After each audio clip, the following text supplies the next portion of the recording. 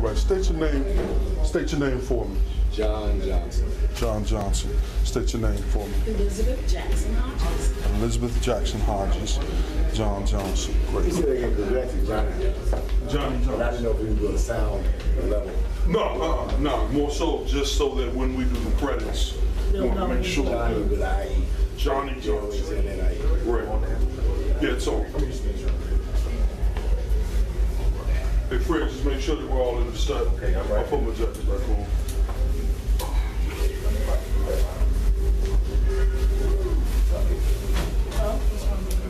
What's up with you, man? Everybody can grab it back. Everybody can grab it back. Double check, make sure we're all in. Everybody else can. Everybody's beautiful. Everything's lovely. Now, is it rolling? Yeah, it's rolling. What's going to happen is I'm going to open up and going to introduce Beth Jackson-Hodges, Johnny Johnson. You want to come back over here? Yeah. Okay. 3, 2, 1. Hey folks, welcome back to the Roland GRIMES Sports and not just sports and entertainment show. I'm your host, Roland Bubba Grimes. Doing this set without my main man, Mr. Self-Empowerment Wilbur Skipper. He went to take a station break. So I decided to sit with these two beautiful people without him, and I hope he gets jealous when he comes back and watches this tape. Hey folks, to my near right, I'd like to introduce you to a young lady that is known throughout this area for some of the contributions she's making right now, especially in the area of entertainment and some other things in our community. She'll tell you a little bit about it as we go. Her name is Miss Beth Jackson-Hodges. And to her right, the distinguished looking gentleman with the pink tie that I'm going to borrow when this set is over is none other than Mr. Johnny Johnson, and he is a member of the world-renowned singing group, the Dale Phonics. Hey folks, welcome aboard. Glad you could join us. How's everything? Good. Look, we just watched the set with the soft tones, and quite frankly, I wasn't sure what to expect, but I went out there and I saw a whole bunch of people here at the Pikesville Armory. They looked like they were having a great time. They're having a wonderful time. Okay, because I was behind the camera, so I said, they look like they're good, but you just confirmed it for me. Yeah. Thank you. A lot of screaming. A lot of screaming. A lot of laying out on the stage. Is that right? Boomers that were young and heart without even having to try. Man, I gotta go back and look at the tape from the show, because I missed some of that. So tell me about, let me jump real quick. You said baby boomers and the hearts. Tell me a little bit about that, brother John. It's just a point of, we all want to be young. Sometimes our bodies, sometimes our circumstances can distract that child that's inside of us. And sometimes you need a jump start, a memory of a time, a simpler time once was, that you can embrace and takes away all of that. And the music brings those memories back. Music brings those memories back, and I believe I witnessed the song just that. And that's what's so great about old school in general. Absolutely. Plus, it's Marvin's birthday. Happy birthday, Marvin Brown. Marvin Brown, happy birthday. We love you. You know. Happy birthday, Marvin. September 29th, 2012. Yeah. Well, actually, September 29th, any day is his birthday. Any year. Any year. No, September 29th. No way to him to celebrate birthday. Hometown crowd. Remembering every word, every song. Every song. I mean, sing along and showing that love. And, you know, that, I mean, what better gift than that, you know, from God, than to show that people acknowledge and embrace you and what you stand for, what you represent. So one of the things we do on the show is we ask some questions that many people don't get to ask, and you get a chance to speak in your own voice. Hey folks, as you know, this is not our usual set. Usually we have things a lot tighter, a lot better produced, and usually don't have a lot of music in the background, but this one is special. So we had to do it the way that we're doing it, and we thank you for being on board with us right now. And I'm going to ask a quick question of Ms. Beth. Now, you seem to be very excited about watching these groups do what they do. What is it about it that touches you in such a special way? Okay, well, I've been screaming a lot for the soft tones, so I'm losing my voice. But I think old school music in general is important because of the musicianship, because of those beautiful harmonies that you just heard. I don't want the African American community as a whole to forget about old school. I want children to learn to play instruments again. And all those groups, funk groups like Cameo and Brick and the SOS Band, and groups like the Delphonics and the Soft Tones, and Harold Melvin's Blue Notes and Blue Magic. You're getting me excited for that style. You must be following me on Facebook. I put all those. They're very, very important. So you listen. I'm passionate about. So you listen to all your daddy's records. I listen to all my daddy's records. My mother, growing up, my mother managed Brick. She managed the SOS Band, and she managed Cameo. So I grew up with these guys, and I have a passion for old school music. So you were around when those 9 men beamed down in phases set on funk with Cameo first came out in 1977. That's right. Wow. She comes from a strong heritage. She's a genuine article because she got it on. I see that. Well, Miss Bunny. We're gonna write this book together. A shout out to Bunny Jackson. Yay, Bunny Jackson. Love you, Ransom. Bunny. That's my mommy. Yes. Miss Bunny Jackson, we're gonna have you on soon. That's right. This is, I mean, that's wonderful, man. A living legend. Yeah, the passion that you articulated with something rare, and you say it proudly. And as a matter of fact, I'm inspired just listening to it because, you know, I always put that kind of music out. I always have it playing in my car. I want everybody to go and get those old Roy Ayers records that everybody is sampling, like Erykah Badu and Jill Scott sampling Roy, who is still just as fabulous as ever. Yes, he is. Larry Graham, who is coming to town soon. coming to DC soon at the Howard Theater, and he's even more fabulous. Black rock groups like Mother's Finest, who are still excellent. And Joyce Baby Jean. Joyce Baby Jean, have you seen her and how awesome she still looks? Yes. She's fabulous. Yes. So yeah, people gotta get with the old school. No, I mean, It's you know, the place to be. and I guess maybe it's not quite as old school as I think it is because it's sampled so much. And if it doesn't go away, you know, like I grew up a big George Clinton, Papa Funkadelic fan, and they always say, you know, music, characters, certain things are ageless. You know, now they might have been played at a different time, but I know that, you know, when my 7-year-old son hears, you know, Knee Deep for the first time, is new to him. That's right. So tell me, when folks hear some of your music for the first time, what kind of reaction do you get from them? Oh, I gotta hear this. Well, the one thing about music is a spirit. It's a manifestation of the spirit. It channels through a vessel. And Marvin has been gifted to be the vessel that God uses to express itself and reach people. Music reaches. So then it doesn't matter who's hot right now. The radio may play a lot of people. I try not to trash anybody because everyone who has an expression has something to say. Whether it's Lil Wayne or whether it's Lady Gaga. I love Lil Wayne. And I'm a Lady Gaga fan, right? To the bone. Right? In the meantime, one of the reasons I'm a Lady Gaga fan is because she sings, she has story, she has melody, she has lyrics, real and musicianship. So they, in my opinion, rehearse in the basement. A metaphoric basement. But to me, you impress me when you go in the woodshed and come out with something. Stay down till you come up with something. So then when I see those, when you look at legends like Celine Dion, then you can't help but think of Aretha Franklin. Because they both had that training. They went to the basement, they mastered a craft that couldn't just anyone do. You see? I'm not trying to sound elitist because everyone has something to say, but they just be the last poets. First rap, well, next to James Brown, first rappers, the last poets. They did a lyrical melody with their poetry, and they put it out as a poetry and expression, and no one got it twisted. Okay? They got appreciated in their own individual genre with no competition. Where now people are looking at rappers as musicians, where in most cases it's the producer that is the star. Okay, that's the musician, and half of them aren't really. And this isn't put down just a fact. Half of them aren't musicians themselves, but the fact that they can manipulate electronics, that is a craft within itself. So we give her props for that, but let's not get it twisted that you take a shortcut and think there's going to be real longevity in your career.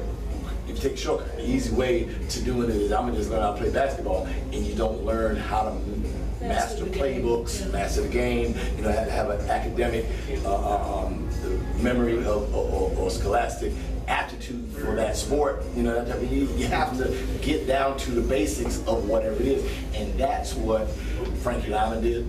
That's what Roland Anthony did. That's what the Delphonics did. That's what all his finest did. That's what Frankie Beverly. You see that even Raheem Devon. Okay, but it doesn't Usher. You see, the one Michael Jackson. You know, Joe Jackson used to manage us years ago. Okay, with the Delphonics. And Janet was with the man come in. We had we call it Neutrons with us. Everyone that was involved with Joe Jackson, you had to have actual talent in the music industry. Okay, there are other talents, and that goes all the way down to Joe the plumber, the mechanic. They can fix it. They can hear and fix that thing that no other mechanic can figure out. God-given talent. God-given talent. Reach inside of yourself. Everyone should know themselves. If you don't know yourself, stop what you're doing. Stop wasting your time and get that self-knowledge. Then once you know yourself, you'll know what you're good at, what pleases your heart, and that's your purpose. And then be blessed that God will provide. He will put anything on your heart that He will not sustain. He will provide you all you need to be successful in what He puts upon your heart. Not what you see in a video and think, well, that's the easy way to get there. You know, that's an interesting thing because, I mean, a little self-disclosure, and on the show, Skip and I don't talk a lot about ourselves other than we use references to playing ball because, you know, folks, it can fit into different aspects of industry, as an example. However, at 24 years old, the legendary Bobby Bennett was working at WHUR. Bobby Bennett discovered me when I was 16 years old at WOL before he went to right. He's at WOL, the Mighty Burner. The Mighty Burner. Well, he discovered me when I was 24, and he said, "Roland, have you ever thought about doing radio?" I said, "No." He said, "You have that voice." Now that was that was a couple of decades ago. Now I filed it, and I did some little projects. I went to school in Syracuse, New York, which you all may know that Syracuse is one of the biggest media and communication schools around. So, and then a few other people came to me a little bit later and said, "Hey man, you have to use that voice outside of education," which is what I have been in the last 30 years for the most part, consistently. And then this thing came up about doing this television production, and then we realized that television was a little bit narrow, and for the most part we wanted to control our content, so God gave us the World Wide Web. So now we're able to put out the material the way that we want to put it out there, and we can still have the discipline to fit television, but the way that we have these conversations, a lot of times television has not adapted itself to give that kind of voice and then spread it. What you see is trying. Gotcha. It's trying to, just like the auto industry is trying to tap in on right, that money. You adapt. Right. Yeah, aftermarket situation. Right. You know, that makes us brothers. We both had the same Bobby Bennett experience. Bobby Bennett experience. You will not drink that chain. No. One of the last of the old. He's solid. No, he's solid. No, he's very solid. Love it. So having said that, I want to say, I may have the name wrong, Larry Kellogg. If I do, brother, please forgive me, but he attended Syracuse University. He was a member of Cameo, and he actually is an attorney.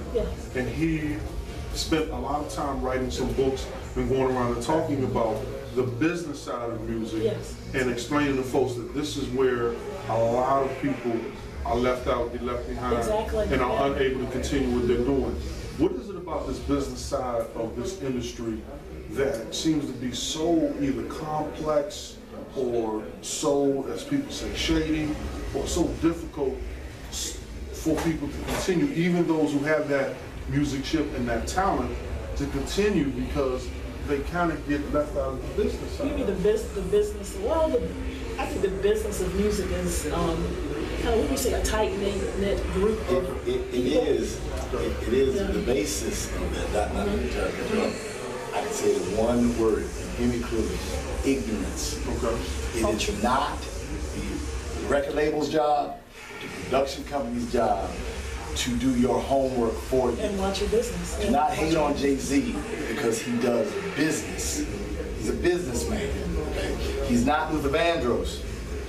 He doesn't expect to be, but he understands first his market, and then he does business, stays in his market, and his market became such a brand that it expanded, whereas at one point in time, it would have just had this piece of the pie, the pie chart, okay? But now it expanded global because he did business. If you don't go to school, learn how to read and write and comprehend, those three things, read, write, and comprehend, then you won't know, they won't tell you. When things are And it's wrong. not their responsibility. It's not their responsibility. It's their responsibility to make them money and make the shareholders money and make the label money. Okay? It is your job to make you money, and if you're just starstruck over the bling and the girls that drop like it's hot and the things, the carrot. It won't You take your mind off of. But it's been happening for years. It's not just New Days, so don't take it personal, youngins. You know, but youngins do take it serious because what you learn today can feed you tomorrow, can be tomorrow's retirement. You don't even realize because you can get paid so much out of each dollar you generate just from understanding the breakdown of what actual business pertains to what you do. I think another problem is anybody thinks they can do the business of music without studying it. And anybody thinks they can just get up and go be a very successful concert promoter. There are things you have to learn before you take that step. You can't just, you know, I run across a lot of people who they'll come to me to book an artist and they've never done a show before, and the first thing they'll say is, "Can you get me Patti LaBelle?" Or can you want the headache that goes with it? Or can you get me Frankie Beverly and Mays? And I was like, Patty, I love that. do you understand the things that have to take place in order to have? Obviously not, or they wouldn't ask. You know, I was like, you know, and then I think you're trying to get her to actually do it. yeah, so, or for them, right? So, you know, and then my soft heart, I go and try to explain to people, you know, you need to, at first I need to know, do you know what a rider is? And do you know all that that entails in trying to do something like this? So I think a lot of people jump out there and want to do something and don't know anything about it. And it seems glamorous and it's a lot of hard work. Is it, and I'm going to close in a little bit, but would it be worthwhile to create seminars and create symposiums around this kind of thing? There's enough hunger and motivation within the music-inspired community to support it. To give a seminar, travel with a seminar, and you have 5 people that attend, it won't go long. And those 5 people will be so well informed. And then we just have 5 people to contribute, as opposed to a room full of people every day to take that into the community. Yeah, I'd like to see young people also learn more about the technical side of the music industry, about sound and lighting and all those other interesting aspects of the music business that are unsung heroes. Your lighting person, all those are really interesting, fun jobs to have if you love music. You don't have to be out there in front of the stage. There's so many jobs behind You can still be in the industry. Yeah, and do other things. It's like athletics, you know, you don't have to be the one playing. You can be the therapist and still be on the plane. Yeah. You'll still be on the plane everywhere to go. You know, that's a real good point, because all of us need therapists. That's right. That's what I do for a living. Hey folks, Beth Jackson-Hodges and Johnny Johnson, just want to thank you for staying tuned with us and spend a little time learning a little bit more about the soft tones, about some folks in this unique business called music. As I close, though, I want to go back to Johnny real quick, and I guess I'm kind of going to make a statement and ask a question at the same time. When I hear the word Delphonics, so much goes through my mind and heart. However, me too. I do know that, for example, over the years, I know that different groups, in order for the brand to continue, that a lot of times they lose some of their original members and people come and go, etc. How long has your relationship been with the actual Delphonics? When did you without necessarily giving a year, but at You what can point give me in your 72. career did you get involved with them? 72.